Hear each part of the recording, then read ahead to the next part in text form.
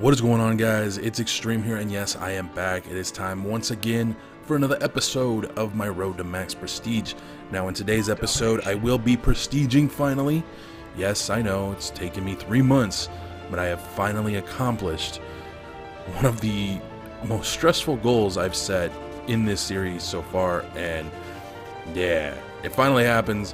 And if you are wondering why I'm not so excited about it, it's taken 3 fucking months to get here, and I can't really be excited about something that's taken me this long, considering all things.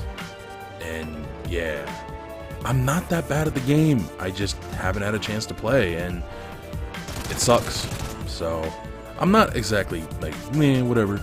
I was excited when it happened. I was jumping for joy. I was like, fuck yes, finally. But yeah, it's kind of hard to get excited about it when I really sat back and thought about the fact that, hey, you know, 3 months later, yeah. Anyways, so what I want to talk to you guys about today is my favorite Call of Duty that I've played. And the reason I put that little, caption on it is because, well, there are 3 Call of Duties, I think, maybe 4, I don't know. But there were 3 Call of Duties that I know of that I didn't play. The first one, the second one, and the third one. Now, I think there's one more, but I may be wrong about that. In any event, I have only played COD 4 all the way up to, well, Ghost. So I can only give you my opinions on those games.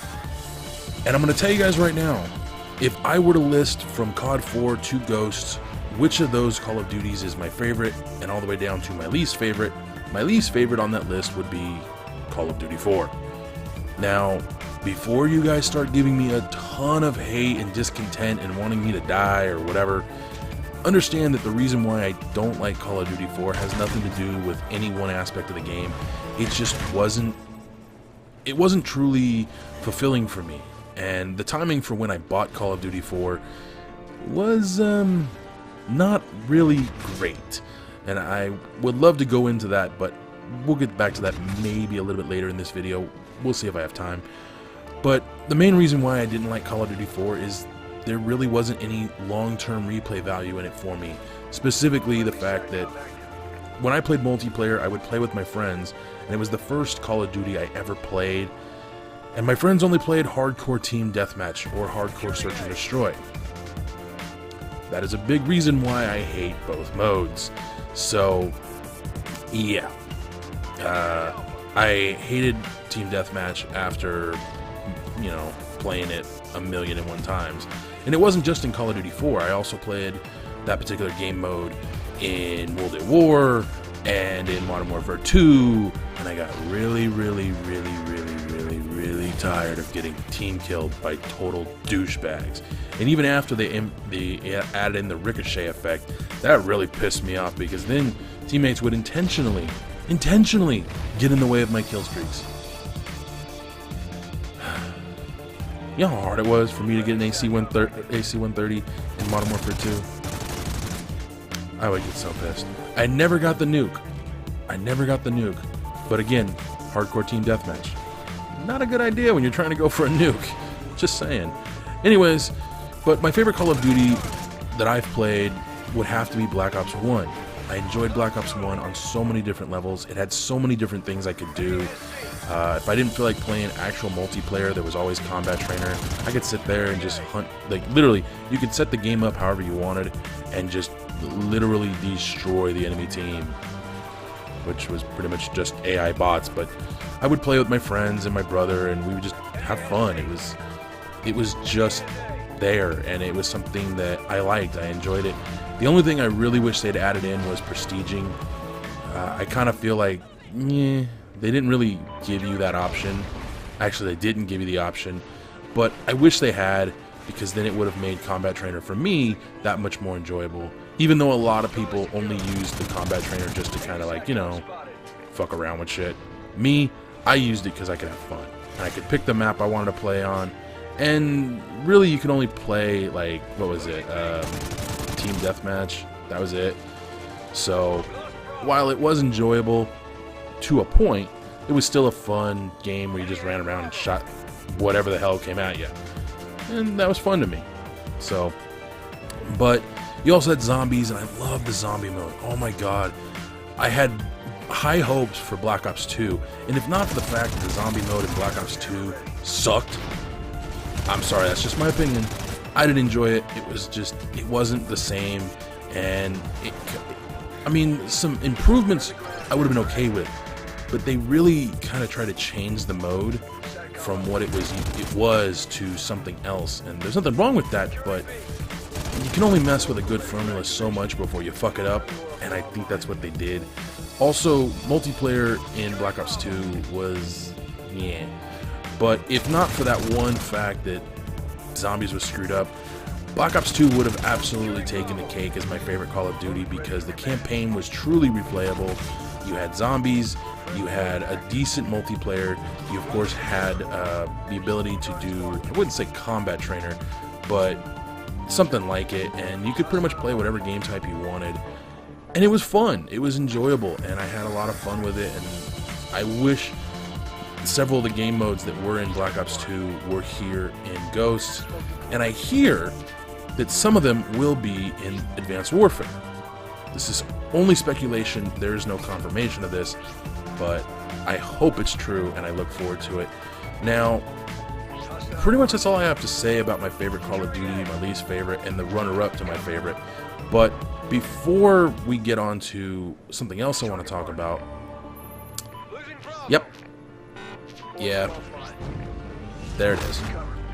Okay, I jumped the gun a little early, alright? But yeah, I finally prestige. And again, I'm not making a huge hoopla about it because 3 months kind of don't deserve to make a hoopla about it this time around. And I was happy to finally be done with this prestige. And for the record, really fast, like, I want to let you guys know that you're going to start seeing me use the Assault killstreak tiers as we go into the next prestige. So if you want to see a guy fail miserably multiple times, you're going to have a lot of fun, because I'm going to fail miserably. I'm not used to the Assault tiers. Ever since this game came out, I've been on support, so yeah, it's going to be interesting to see what happens. But speaking of the support and Assault tiers, a part of me kind of hopes they come back in Advanced Warfare, but in a much more, you know, enjoyable way. The support tier in this game was so overpowered that there was no need to really run Assault. Honest opinion, you know, there's no real solid reason to run Assault unless you like to slay the enemy team, like I do. But I don't play Team Deathmatch because it's boring to me. So, okay, that was a horrible excuse, but I kind of hope they bring back support, and it has some of the elements that were in Modern Warfare 3. I don't want there to be any kind of, I don't want any kind of lethal kill streaks in support, but I do want to see the support kill streaks have a little more punch.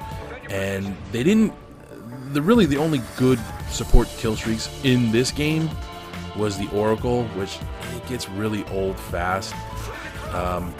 Yeah, I should have mentioned, by the way, that this is fairly campy gameplay. I kind of just wanted to have fun and relax and play and not worry about running around, because every time I run around in this game, I die a lot. I kind of want to put up some games where I don't die every 5 seconds. So yeah, that's a thing. Plus, I'm kind of getting myself ready for the Assault streaks, and you kind of got to survive in order to get them and use them. So that's a thing. But really quickly, I want to touch on what came out this past Thursday, and that is the Destiny Alpha. I've had a lot of fun with it. I'm enjoying it.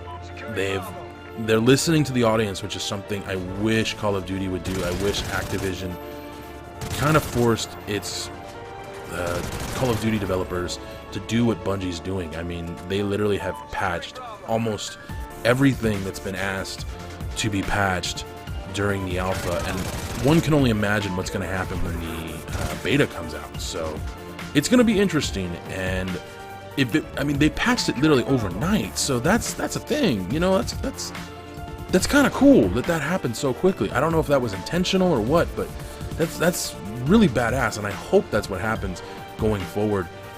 But in tying into Destiny, I have a topic I want to talk about tomorrow, and that is what I like and dislike about gaming with others. And part of that stems from my experience in Destiny. And I don't want to go too much into it right now, but I want to let you guys know that I am enjoying the Destiny Alpha, and if you have been fortunate enough to play the Alpha, I can't wait for this game, and I hope you guys feel the same way. It isn't anything like Borderlands. It's not like anything I've ever played, and that's something I like. There's some similarities to other games, but it is in and of itself a brand new game, and I'm looking forward to it, man. I can't wait to get the final game in my hands. I'm enjoying the Alpha. I can't wait for the beta, and I just can't wait, man. I'm looking forward to it, and the sooner it gets here, the better. That's pretty much how I feel about it right now. Anyways, this gameplay is coming to a very rapid end, so I want to thank you guys once again for joining me, and I hope you guys will stick with me as we move finally forward with this series, and we move on to the next Prestige. Anyways, until next time, you guys, I'm out of here. Adios.